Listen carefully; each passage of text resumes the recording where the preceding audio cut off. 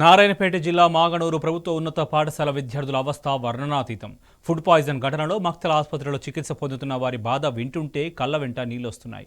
అన్నంలో ఏమి ఉందో తెలియదు.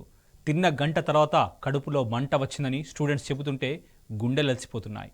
ఆసుపత్రిలో చికిత్స పొందుతున్న పిల్లలను చూసి తల్లిదండ్రులు, బంధువులు తలడిల్లిపోతున్నారు. సర్కారు బడిలో నిత్యకృతమైన ఫుడ్ పాయిజన్ ఘటనలపై మండిపడుతున్నారు. ఇంకా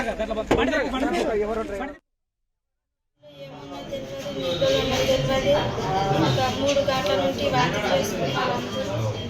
ఇంకా ఏమంటే ఏమవుతుంది తెలియదు, ఏమున్నా తెలియదు.